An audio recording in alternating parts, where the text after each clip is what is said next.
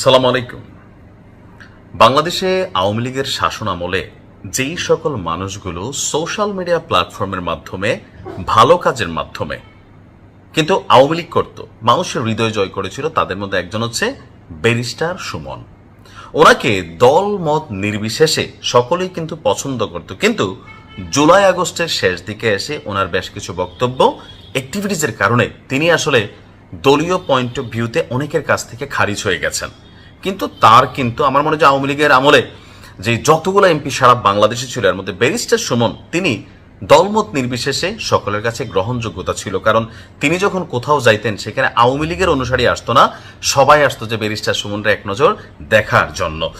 তো জুলাই আগস্টের পর ব্যারিস্টার সুমন কিন্তু দেশ ছেড়ে পালাননি, তিনি গ্রেপ্তার হয়েছিলেন। তো গ্রেপ্তারের মধ্যে তার বেশ কিছু মামলা আছে। সবচেয়ে গুরুত্বপূর্ণ যে মামলাটা, এটা নিয়ে একটা সুসংবাদ, অর্থাৎ ব্যারিস্টার সুমনের যারা ফলোয়ার আছেন তাদের জন্য।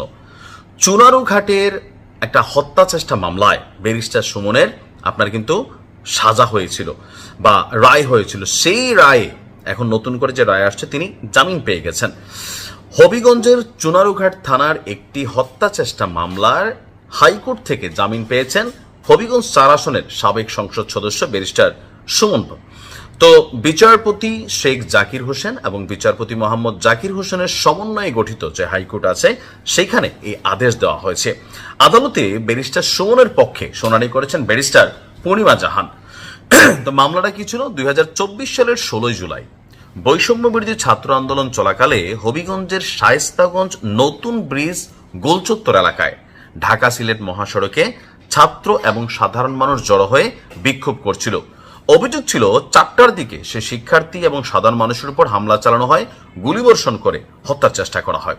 এই ঘটনার প্রেক্ষাপটে ২০২৪ সালের সেপ্টেম্বর মাসে হবিগঞ্জের চুনারুঘাট থানায় সাবেক সংসদ সদস্য সুমন সহ ৯৭ জনের নাম উল্লেখ করে অজ্ঞাতনামা আরো ১৫০ থেকে ২০০ জনকে আসামি করে একটা মামলা দায়ের করা হয়েছিল, হত্যা চেষ্টা মামলা। মোহাম্মদ মুস্তাফিজুর রহমান নামের একজন ব্যক্তি। তো আপনার যেহেতু এই মামলাটা হয়েছে, তো এটা নিয়ে দীর্ঘ ইনভেস্টিগেশন ছিল।